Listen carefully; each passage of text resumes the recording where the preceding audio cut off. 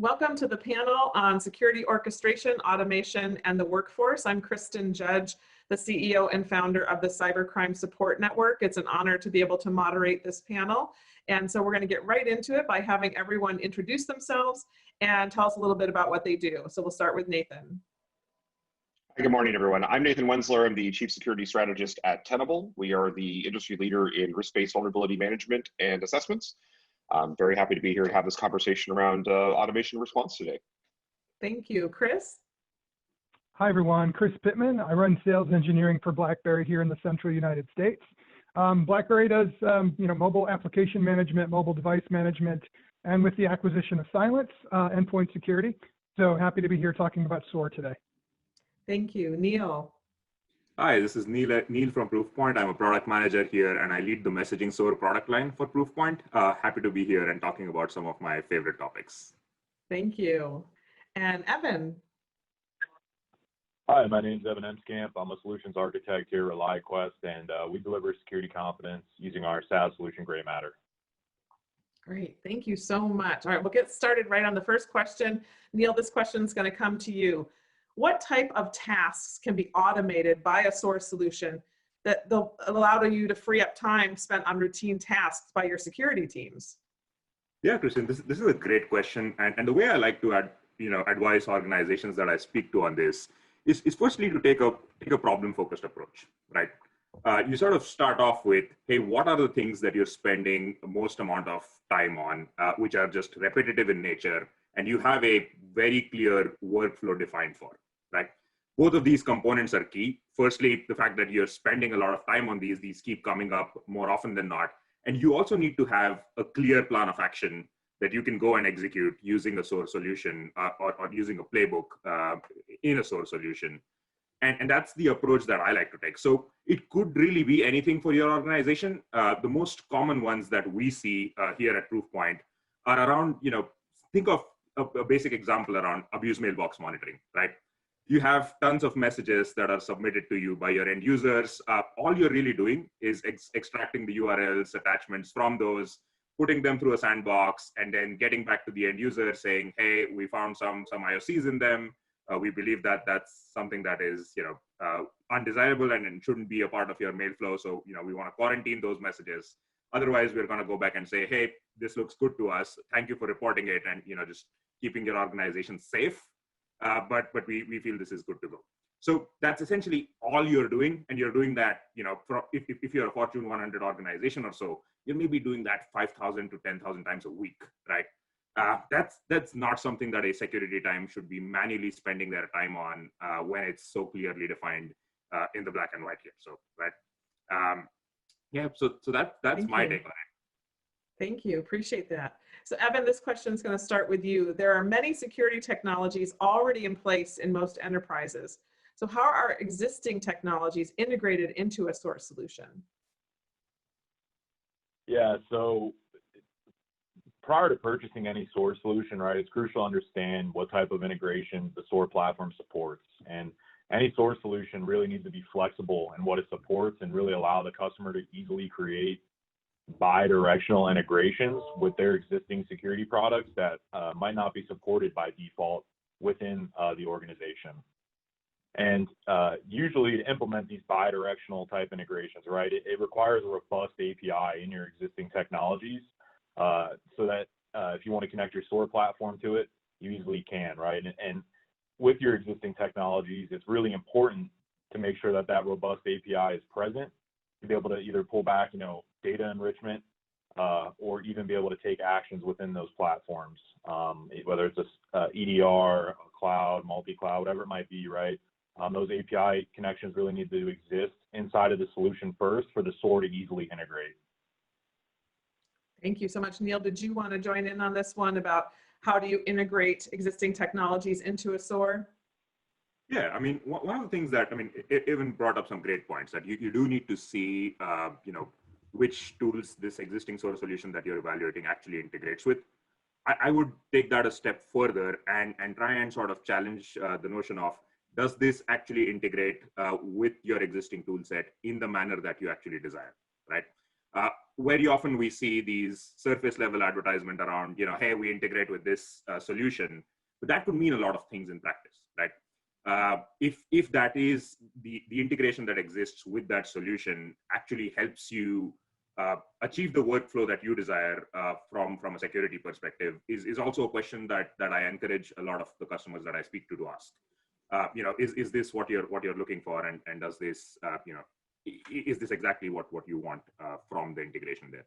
And this can be custom and different for a lot of organizations that we work with. So this is an important component to research before you sort of choose any sort of solution. Great point. Yeah, thank you, Nathan. Yeah, I think a couple of things I would like to add about this, and Chris is here today. Which, Chris, happy to see you again, Sarah. You're gonna like yell at me about this because I'm gonna steal one of your previous comments that I always love when you say.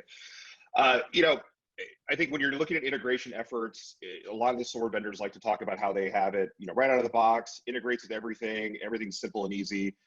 And I think it really behooves organizations to not just take that at their word. You need to be better prepared, and that can mean making sure you have some good coding, scripting skills in-house. Have some smart people who understand Python and can do a little bit of that work and make adjustments to API calls and integration works and tweak it to Neal's point to make sure it works for you, right? It's not just the standard how it comes out of the box. It really needs to be tailored for what your needs are for your data sets and how you're moving data around. And similarly, I would say also, I think to your point, Kristin, in the past, go back after your other vendors too. They need to make sure that they have products that have solid APIs, that have good ways to, both send and receive data out. It doesn't always have to be just, the SOAR platform is a silver bullet and it has to do everything. Go back after other vendors. They want to help keep their products in place. They want to help you make it work. They have a vested interest in doing it right as well. So have a plan, right? Don't just expect to turn it on and it's all going to magically gather data. Get your other vendors involved, have those scripting support in-house, and have a plan of what you want to do, and collectively you can make it all work. Great points. Yeah, thank you, Nathan. And that leads right into the next question of, one impediment to adoption of a SOAR product is it requires a lot of talent that you talked about, having people that understand this. How do you train your existing in-house expertise to effectively use these tools? Neal, did you want to start on that one? Yeah, sure. I mean, one of the things that is important, as Nathan was just talking about, is having people that can understand Python and understand how they tweak various API calls to get the right information into your SOAR platform. One of the things that I would like to add on top of that is whenever you're looking at a SOAR vendor again, most of the SOAR vendors that exist today will also layer in some level of deployment support, right? So you're not totally on your own when you're looking at a SOAR solution for the first time. So it's important to make sure that you have some sort of support from their end to make sure that they're going to help your team ramp on understanding the various aspects or the various ways you do things within that particular SOAR platform. Now, some of them will include it as a part of their sales process directly, while some others might charge an extra fee on top, depending on what you're looking for, and if that is super custom to your environment and isn't going to be applicable across a large number of their other customers, right? So in addition to, I guess, having people on your team who are trained in Python and potentially JavaScript, depending on what SOAR vendor you're using there, you would also want to make sure that the vendor is not going to leave you alone when it comes to implementing all of these SOAR integrations together. Thank you. Chris, I'm going to throw this question to you. How can artificial intelligence be incorporated within an organization to help? Because that may help with some of the issues around workforce potentially. Yeah, so I think what AI is number one best at for us is dealing with a lot of data, right? Helping us analyze, parse, correlate all of the data sources that we're getting. In an organization security group, right, we're talking about ingesting threat information, threat intelligence feeds from all over the place. We need some automation, right, to deal with the incoming threat feeds. We need some automation to deal with what's going on inside our organization in terms of user activity, user behavior, network traffic analysis, things like that. So we're going to implement some AI there to automate some of those. And then there's the AI that can assist with actual, helping to take some actions on our behalf. So once we understand, as Neal said earlier, right, once we identify some repetitive tasks and we identify some that we have some manual or established playbooks for, that's a great place to utilize AI to automate some of those things so that the tools that would normally require a human being to push a button, to click a mouse, or to move to a different console or to 3 different consoles, AI can automate those 3, 4, 5 actions and take those off the table, right? So just dealing with all of the influx of information, whether it's external or internal, and then correlating that information, identifying anomalies, and taking actions on those anomalies. I think those are the baseline use cases for AI in a Soar environment. Thank you so much. So speaking of the human intervention and AI, who's going to, take care of some of these issues that are coming up? I'm going to throw this question to Evan first. Will organizations be nervous about giving Soar tools the autonomy of detecting security events and responding without some human intervention? Evan? Yeah, I would say what we find is most organizations are indeed scared of, jumping into any Soar platform and immediately starting to, run inside of the platform, right? Rather than taking a crawl, walk, run based approach. And when we're speaking in terms of utilizing, whether it's out of the box, threat correlations that are static or machine learning based AI and responding without human intervention, that crawl, walk, run methodology still applies, right? And prior to letting any Soar immediately begin, taking actions based on that data that is pulling out, you need to allow it to baseline those data sets inside your environment and have human intervention in place until you have confidence in those automations and are truly indeed confident it will not impact the business prior to just letting things run or turning the key full blast, right, or pressing the gas pedal all the way down. Having that human intervention in place first really helps deliver that security confidence that you need in those detections so that you truly know it's not going to impact your business, right? And that, at the end of the day, while security is important, keeping the business running is more important, right? And you can't be scared of turning on those automations in a sense. You need to have the confidence that you've applied that human intervention where possible, and you know that it's not going to just willy-nilly go out and automatically start impacting the business. And once you have confidence in those flows of those detections, turn it on, see what happens, and from there, adapt your strategy. Thank you. Neal, did you want to join in on this question also? Yeah, I mean, I just want to, I agree with everything Evan said here. And, essentially, the one thing that we sort of tend to do whenever we come across human intervention and automation kind of debates is think of them as either or. Whereas in reality, it isn't really an either or debate. Like if you decide you still have full control over what you want to fully automate, whereas where you want a speed bump in place, which is, a human to sort of go and ratify a decision that the automation is trying to make there, right? So it isn't purely, hey, we're gonna, just turn this off, flip the switch and turn this all over to automation to solve. You sort of still have control over what parts are done by automation and where you want human intervention in play. So that's the approach that most organizations do like to take, because you're obviously wary of 100% automation, right? Because you don't trust it right off the bat. Good to hear. We're still going to need some humans. Nathan, how about you? Would you like to join in? Yeah, I want to step back a little bit actually from a part of this, which is that the core of the question is about the fear that people have about the automation. We're getting into that whole Skynet taking over your environment and running amok and making all these changes. And Evan makes a really great point about using the tool, initially as sort of a baselining approach, like help yourself understand what you have going on, what sort of data is moving in your environment, that sort of thing. But even before you get to that point, where I find organizations that struggle with the fear of automation or the fear of AI, however you want to look at it, they are often the organizations that haven't done the precursor work to really understand their own processes and workflows for their business overall. They're scared of automation because they themselves don't know what they do on a daily basis. They don't understand their own workflows. So the thought of turning it over to a machine when they don't know how it's supposed to work, and then a machine's just going to do it for them, that's where the fear starts to sort of exponentially grow.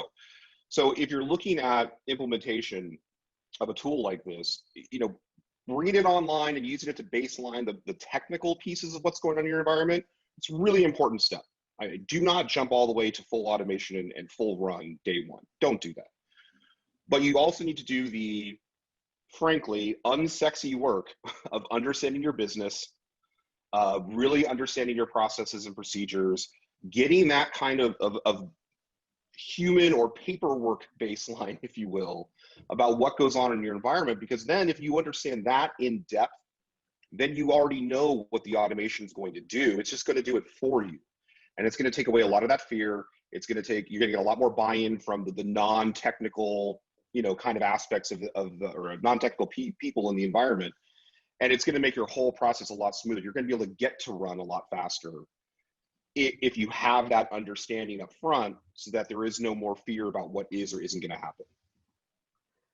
Thank you. And Neal wanted to put a fine point on this.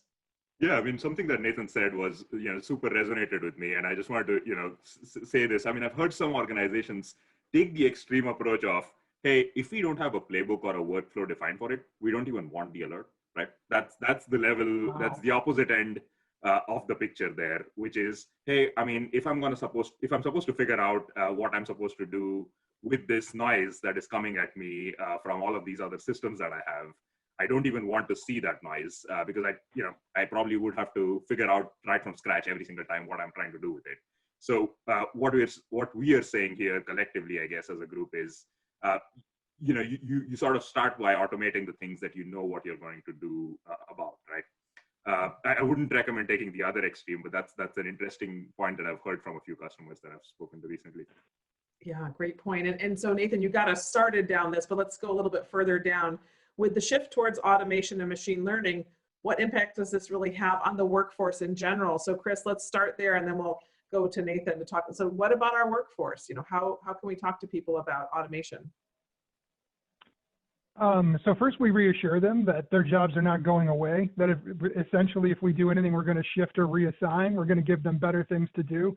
We're going to let them use their brain. There are things that human beings are better at than machines. There always will be.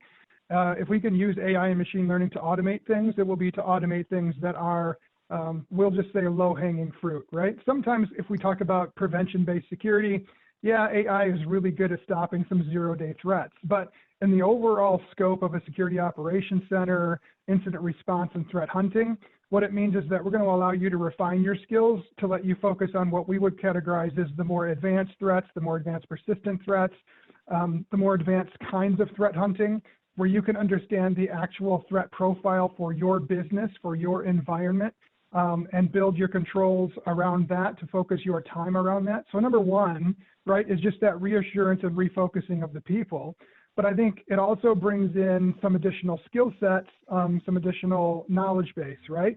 As we've already talked about, with Soar comes the integration of all kinds of API work, which is going to mean Python or API, some kind of integrative scripting, but also a basic understanding of just the data science field, about what we mean by data science, because essentially that's what we're dealing with. Whether we're using AI or not, we're ingesting all kinds of data from different data sources, and we need to understand how to handle that data.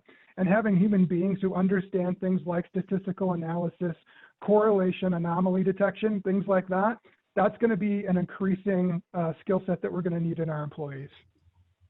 Thank you so much. Nathan, did you want to join in there about workforce? Yeah, well, first of all, I agree fully with Chris in all of those statements. I think either one of us have probably said some form of that a dozen times in these conversations. So yeah, I think the impact part of this, where I find this most interesting going forward, is the sort of the opportunity to realign your security program to be what it's meant to be, right?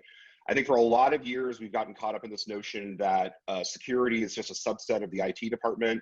It lives in a technical world. They're just, network, agent log monitors, basically. And that's just not true. Information security coming into its own as a discipline is really a risk management function in your organization. It's not a tech function. It's a risk management function.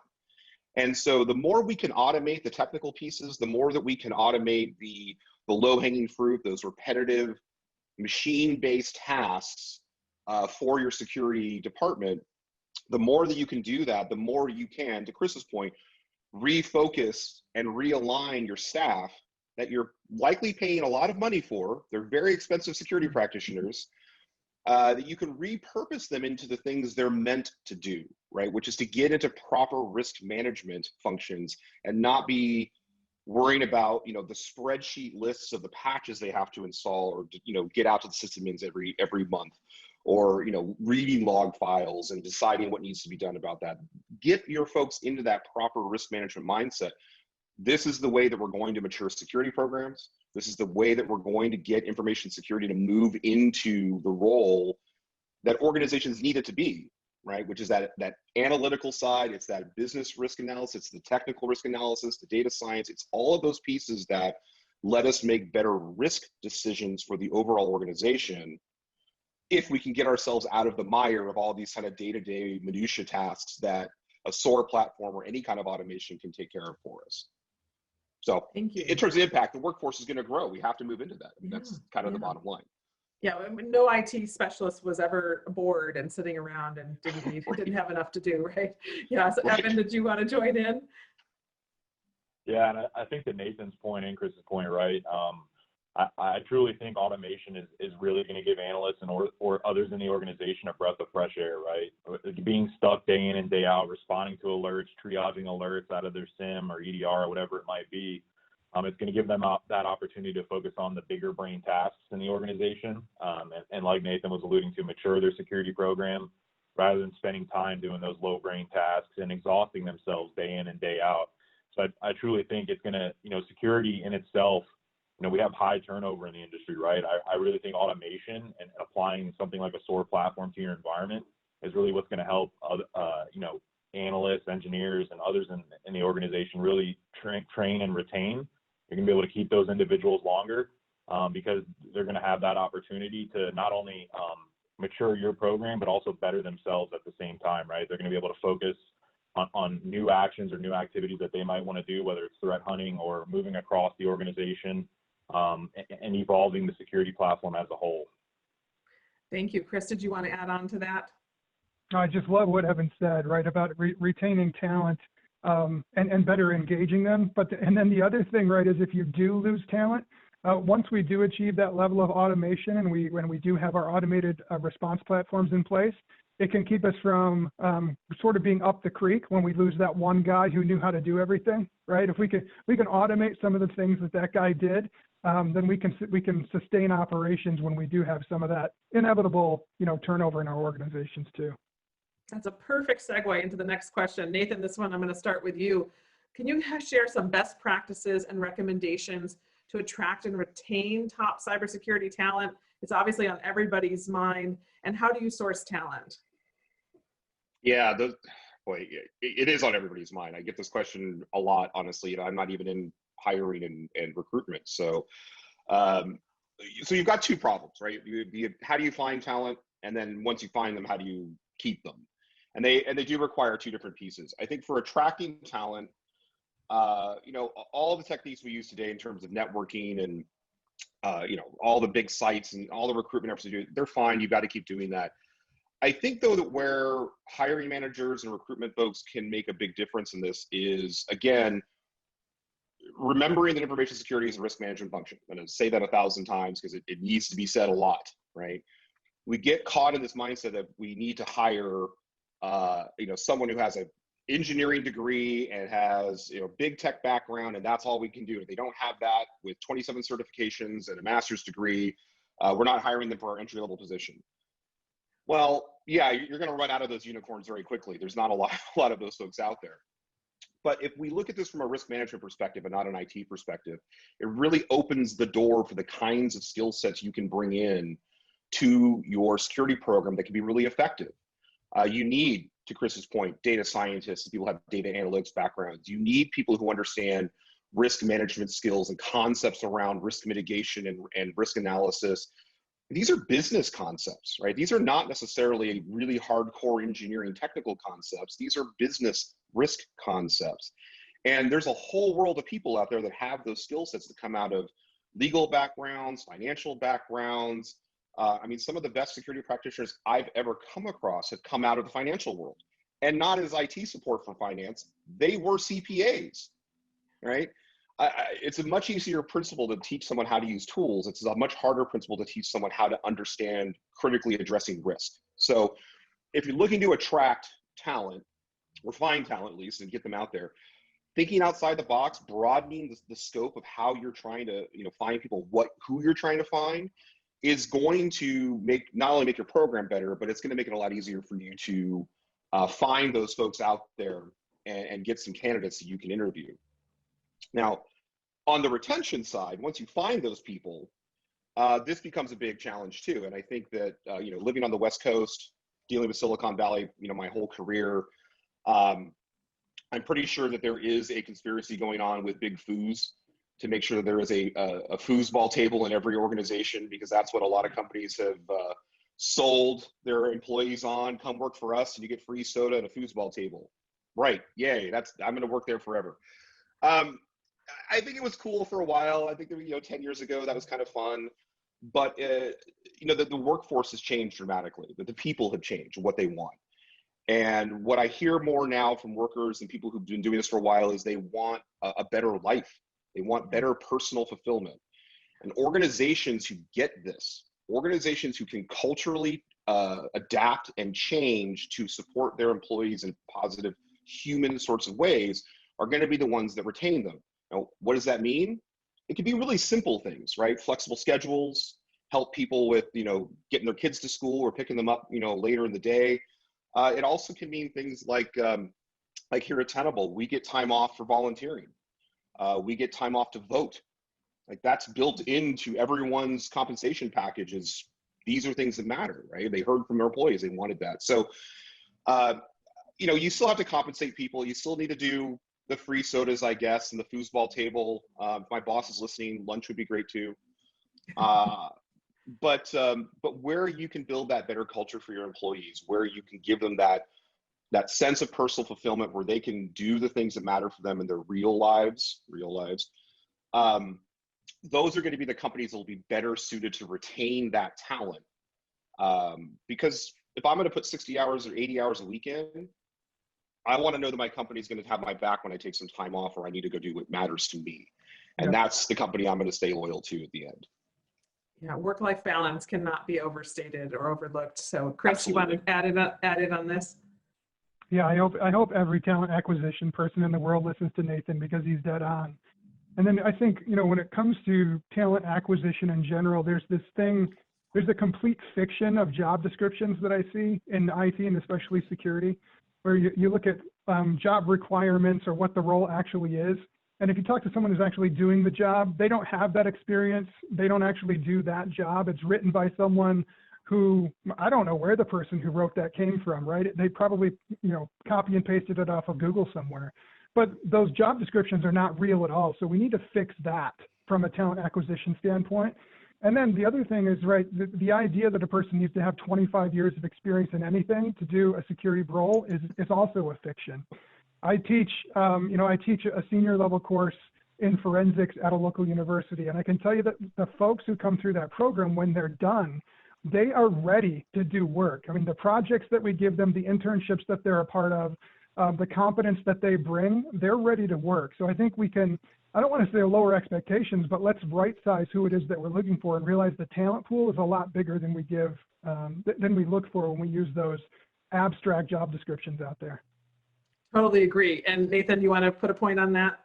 Yeah, really quickly. I mean, Chris highlights one thing. He's subtly tucked it in there that's really important. These folks are looking for people with 25 years of experience to do these kinds of roles. Remember, information security is still a relatively new discipline. Most people haven't been around for this for 20 or 25 years. The people who have been, who say they've been doing this 20, 25 years, and I'm one of them, I'm guilty of this. But we were doing this before it existed. There were no CISOs back then. There was no security team. We were the IT department, and we just kind of felt like, well, gosh, I should probably lock this thing down, because if I can get into it, someone else can. Well, that's security, but we didn't know it was called security, right? So you get these folks in there that try to take the traditional hiring practice approach of, well, the way I hire a CEO, that position's been around 200 years. We'll just take that approach to hiring a CISO. Well, that job's been around 10 or 15 or maybe 20 tops, right? So remember that, if you're looking at security practitioners and you're trying to get that experience, it's unrealistic if you're looking for people that have that 25-year line, because the discipline didn't exist then. It's still that new, and you've got to remember that. I'd really like to see large companies have someone in HR that is a cybersecurity professional dedicated to working with that HR professional. Because a lot of the conversations I have, HR really is not connecting with, and they're talking different languages. And so you come up with what you just said is a job description that looks like it was pulled off Google. So you really need, we need to blend those two organizations within a company a lot better. So great points. Thank you. Let's move on. Evan, I'm going to ask you a question now. Where do you see most organizations starting to adopt automation within their security programs? What's the first place they get going? Yeah, so, what we found at ReliaQuest is that most organizations, they spend too much time pivoting between technologies, during or prior to an investigation to either gather artifacts related to it or pull additional information out of those tools and, eventually take action on that incident, right? And really what we're seeing is that they're starting to adopt data enrichment first, right? And when they have like a SIEM, EDR, multi-cloud, they have to pivot between those technologies most of the time to pull out those extra data points or to apply some sort of automated response to alerts coming out of those tools. And, to reduce the time spent gathering artifacts or relevant data related to the investigation, we created our SaaS solution, Gray Matter, and that automatically reaches out and, pulls back relevant data from all those existing technologies so that analysts really don't have to spend time pivoting around between those different tools prior to an investigation.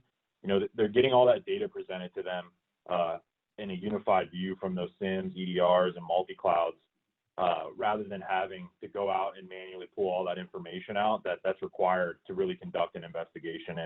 And with those time savings that's coming from the reduction of having to do those manual type pivots, it's giving their team, like we talked about earlier, that greater opportunity to focus on, maturing their security program rather than having to shift through the data to conduct an investigation or even gather the data prior to conducting the investigation and then eventually take that response or action on the alert. Thank you, Evan. Neal, did you want to join in on this too? Yeah, I mean, as Soar matures a bit, one of the things that I've been seeing at my end is, initially, given Proofpoint is primarily focused on email security here, and a lot of our customers are in that domain. They started off with the abuse mailbox workflow, right? Which is where, hey, we want to make sure that we automate everything that comes into us via abuse submissions. But now I'm seeing an increase towards, hey, do we see any hits for these across our firewall systems? Do we see any activity across our endpoints? And trying to close the entire loop there when it comes to, yes, this attack started from here, but where has it traveled within my organization? And can I bring all of those enrichment points into a single solution there and automate the end-to-end workflow for myself? So we're seeing a progression from, hey, where this attack came in from to what is it doing within my organization today. And that's supremely relevant now, given, we've recently heard of a breach here where we, had an organization that actually was affected by a second level of malware that was downloaded from the first that got installed. So systems that weren't monitoring for that second, interaction there with the CC, command and control center, just fell flat. Thanks for sharing that. Nathan, take this one to you. What are some of the ways we can better prioritize which threats are addressed automatically, versus the ones that needs hands-on attention?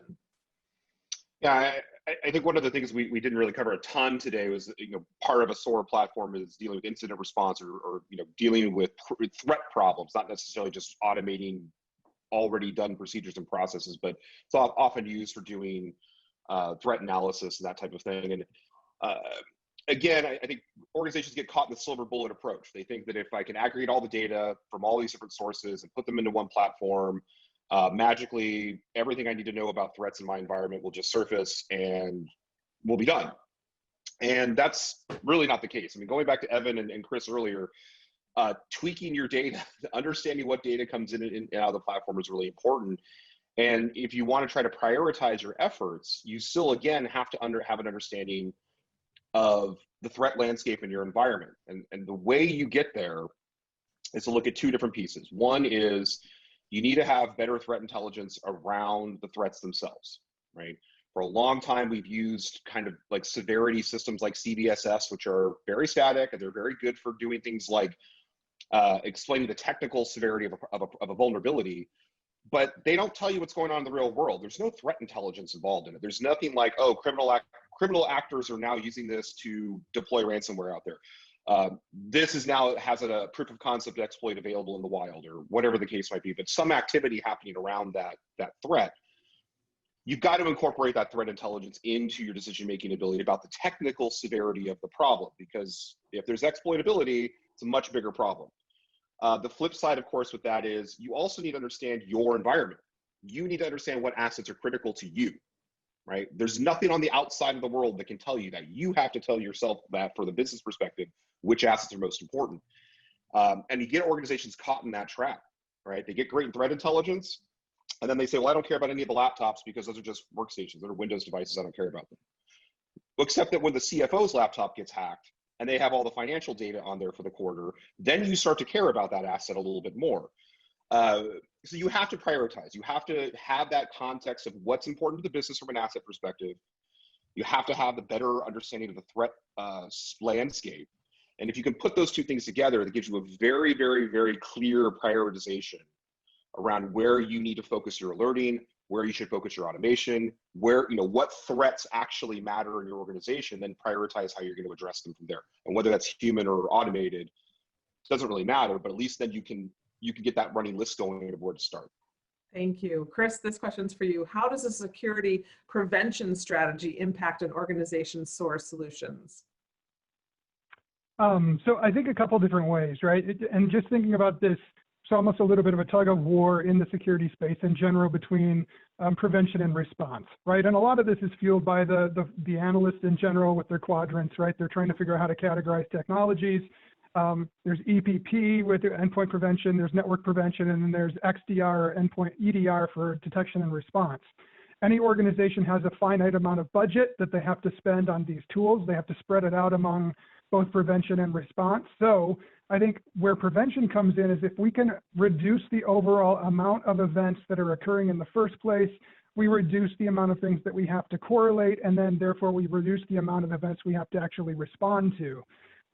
So we reduce things as much as possible up front, understanding that we're never going to be able to eliminate everything, but let's at least allocate some budget up front to the things that we believe we can most probably eliminate in our organization. So that doesn't mean we buy the product off the shelf that has the best detection rates. It means we look at our organization and what we need to block and prevent, and we buy that solution that makes sense for us. Thank you. Nathan, how much should non-IT business units within an organization be involved in a SOAR implementation? A lot. Is that the short answer for that question? A lot. So automation and response, right? We're talking about responding to events in your organization. If we're dealing with incidents and threat problems that you're responding to, again, this is not a tech problem. This is a business risk problem. So you may have to get legal involved. You may need to get your HR teams involved if you've got an insider threat happening. You may need to get your marketing and PR team involved if you've got a public-facing event. I mean, there's a lot of folks in your organization that are concerned about risk.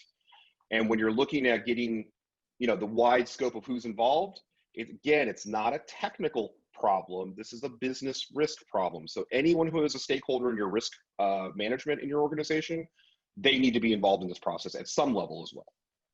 Thank you so much. We're going to go right through everybody one more time here and just have you give your last word of advice. And I want everyone to know that all of these folks will be at their booth. We also have a booth for Cybercrime Support Network. So continue the conversations at their booth.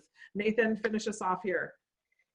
I'm just going to harp on my last point. Like, you've got to remember that information security is a risk management discipline. This is a business problem. This is not a technical problem. Hiring, implementation, all of it. Focus on risk, because that's what we're here to do. Such an important message. Chris? I would say expand the reach in your HR in terms of the people and the candidates that you're willing to give a chance in your security groups. Thank you. Neal? Yeah, I would say just take a problem-focused approach to automation. Try and understand what makes most sense for you. It may not be a one-size-fits-all thing. Thank you. Evan? For me, it'd have to be the crawl, walk, run methodology. Start out slow and then ramp things up slowly over time. Thank you all for a fantastic conversation. Enjoy the rest of the conference.